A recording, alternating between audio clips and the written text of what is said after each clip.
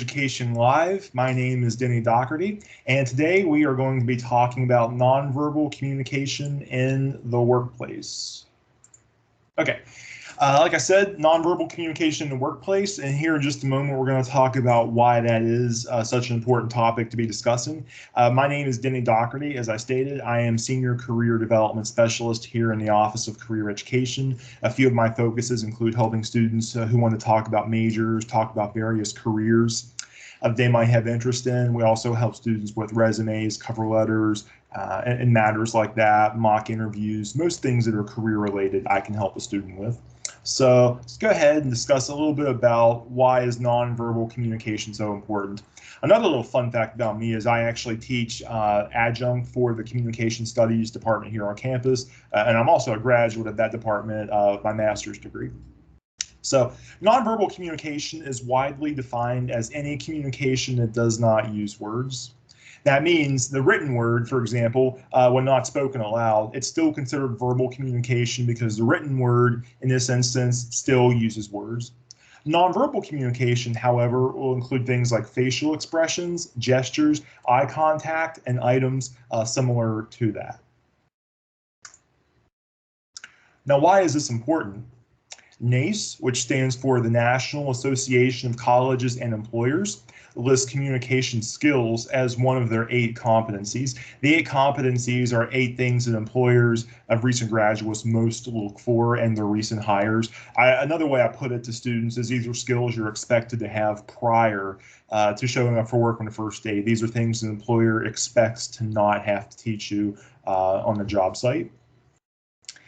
So we often think of public speaking and group communication when we hear communication skills, maybe the ability to write a nice business letter as well. Those are all very important skills to have, but nonverbal communication in the workplace is just as important. Nonverbal, which I'm going to abbreviate as NV from here on out just to save room on my slides. Nonverbal communication is also estimated to make up between 67 and 90% of all communication that takes place in just about any setting. Now, is it 2/3, 67%? Is it up to 90%? A lot of that's going to depend on who you ask. If you're in a communication textbook, which textbook you're using. So there's some difference of opinion on that, but there's no denying it. It's a very important aspect to communication. And studies also show that when a verbal and a nonverbal message are at odds, people tend to listen to and believe the nonverbal message. Nonverbal communication is harder to fake. It takes a lot more effort to fake that.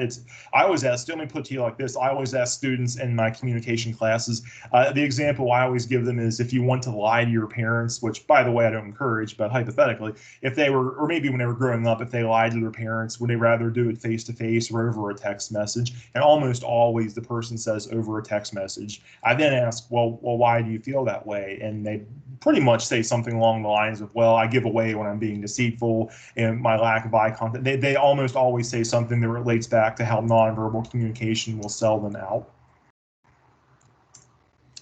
So yeah, this is kind of a big deal. Nonverbal communication affects all areas of your life.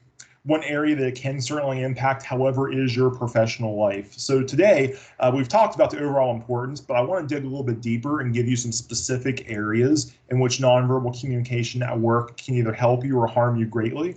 And there's a great article at The Balance that I found, which I'm using kind of as a basis for today's discussion. I'm kind of setting the PowerPoint up to follow that article, and of course you can see the hyperlink here on the screen. So for further reading, you can check that out if you're interested. So number 1, we have facial expressions. Now, we express a lot of emotion without trying here, especially in the United States, because there's different elements that we judge cultures on as far as communication. There are different cultural dimensions even, and I've done presentations on that alone. That's it's a very interesting area. If anyone actually ever gets to take an intercultural communication class, I highly recommend it. I think it's very eye-opening, very insightful. But one of the things that we discuss is that as cultures go, we're fairly expressive here in the United States. Some cultures, particularly Asian cultures, might be a little bit more repressed, maybe a little bit more reserved in regards to how much emotion, expression, and things like that they show. We're fairly expressive here in the U.S. Not to say there aren't ones that are more expressive. So much of what we express through facial expressions is natural, but that being said, you want to think about what this means for you at work. So the things when you're talking, or is your face, are you indicating deceit? Are you showing contempt for someone? A really good example to use here is if you're dealing with a difficult person, or maybe a supervisor or a boss you don't like. Even if you're saying the right things, if your facial expression is off, you might still not be showing them the respect that you should be. And we've probably all been in a situation where we've had a supervisor, a boss, or maybe a coworker that they're hard to work with, or it's just really hard to see things from their point of view. It's probably sometimes even hard to respect them. But that being said, I just think it's the right thing to do, but B, it's the professional thing to do as well, and that's what we should be doing in the workplace. And if you're not careful, your facial expressions could be working against your efforts to say the correct things. Body language is number 2. So think about the way that you use your body. For instance, do you fold your arms when you're speaking to someone? That could indicate that you're closed off and unwilling to work together. And that's something I found that I do just for no reason, just thinking sometimes I just need something. I have long arms. I need something to do with my long arms, so I would just kind of fold them. That can indicate, though, that you're having a closed posture, more of a defensive posture, and you're not open to working with them. So being mindful of things like that can help you out quite a bit. Also consider things like, how do you carry yourself? Do you walk with confidence? And when I say walk, I mean literally walking, but kind of walk metaphorically. Do you carry yourself day in and day out? Do you project confidence, or does that kind of show up as something maybe you're lacking in the way you carry yourself, maybe a lack of confidence? Think about things like eye contact too. Are you looking at people enough when you're speaking to them? Do you look at people too much? Because eye contact is good. Too much eye contact can be a bad thing, believe it or not. So you want the right amount of eye contact, not too much, not too little. So those are all really good things to consider. We also want to consider hand gestures, because we use our hands for many things when we're communicating, often in a kind of an innate fashion. We just kind of use our hands as a backup, and they just do whatever. I guess whatever we tell them to do. But what I'm getting at is we may not put the thought into it that we should. And this is something I always tell public speaking students too, is if you're doing something with your hands, it should be planned and it should be intentional. I always tell people, don't look like you're landing an airplane or something like that. So we use our hands for many things when we communicate, oftentimes to reinforce what we're saying, such as if we're giving directions.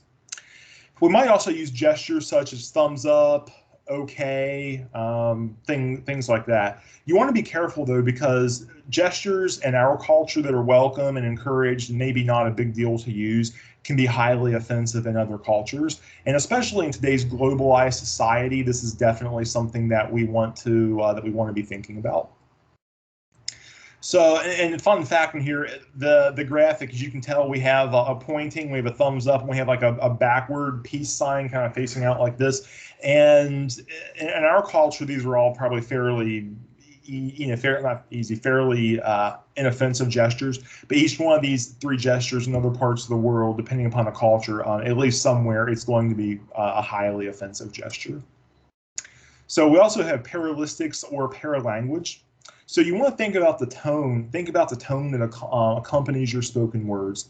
This includes your volume, your pace, your enunciation, pauses, and other factors like that. People will make assumptions based upon these. So you want to make sure you aren't sending signals you don't mean to be sending, perhaps sarcasm and things like that. And by nature, I'm kind of a sarcastic person anyway. The more you know me, the more you get to know that. But I've realized there are times it's appropriate, there are times that it is not. And especially in professional situations, I want to avoid even looking like I'm trying to be sarcastic. With people there's probably a time and place when it's okay, but I really try to be careful with it at work. Objects. Now, everything from how do you dress on a daily basis, the things that are in your office, how is your office arranged, all of these things, as well as others, send messages about you, so you must consider them. And they do count as nonverbal communication. Is your office clean or dirty? Do you have a messy desk? How do you dress? Do you present yourself? Do you wear clean clothing? Do you wear a shirt that's all wrinkled? These all communicate things about you. So you want to pay attention to that. Make sure, again, you're sending the signals that you intend to be sending. Now, physical distance is a term we probably all heard way too much of this year. If we probably never hear it again, it would probably be too soon. But it is part of, pandemics aside, it is part of nonverbal communication. And in North America, typically we prefer at least 18 inches for an individual, and that's on the close side. Oftentimes we like even more than that, and that's going to depend upon what the individual's relationship is to us. Is it a close friend? Is it a significant other? Is it a family member? Is it a coworker? Is it a stranger at Kroger? I probably have different acceptable distances for every one of the situations that I had just mentioned. And too much or too little physical distance between two or more people can send negative messages. In your professional life and at work, odds are you'll run into more trouble being too close than if you're too far away. Not always, but odds are I think you'll get into trouble a lot more quickly by being too close. Outside of work, this could change if you have a significant other and you won't get close enough to them, for instance. That I won't get down that rabbit hole, but that could spell trouble for your relationship. Like I said, even prior to COVID, it was appropriate to give someone their bubble of space. But these days, it's kind of built into the way we're living our life, but still is something that we want to be intentional about and still is something that we want to think about. So to wrap up, communication skills are key for succeeding in business.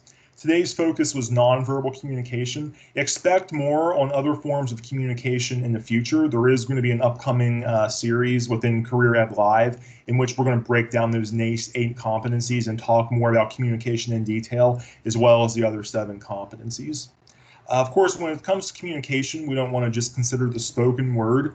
The way you present yourself at work non-verbally can help you get ahead, or it can severely hold you back. All of the things in the slideshow that we've talked about up to this point.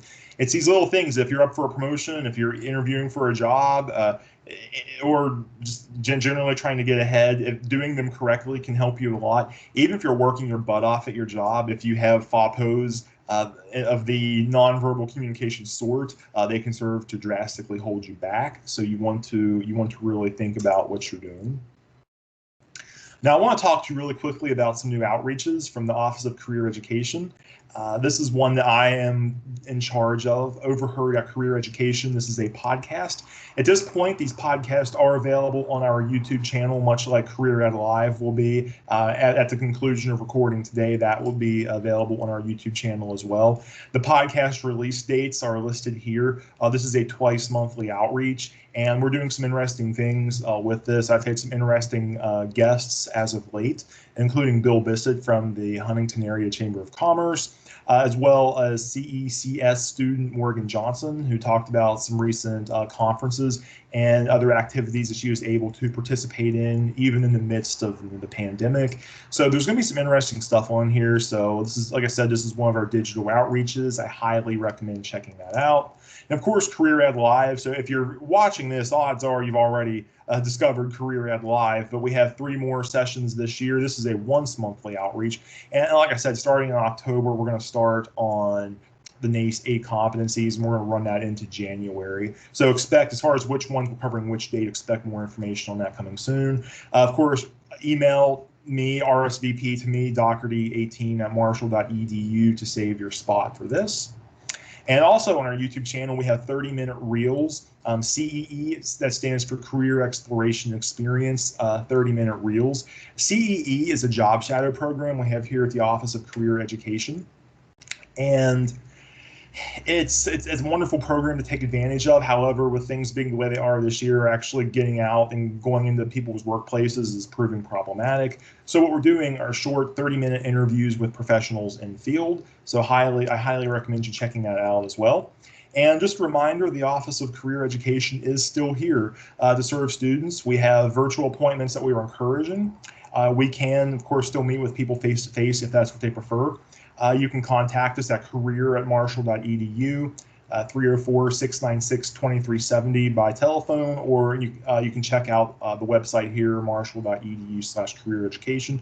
But we want to emphasize that we are still here, as always, to serve students, so please feel free to reach out to us anytime. And I want to just thank you for joining me on Career Education Live today, and we hope to see you back here next time.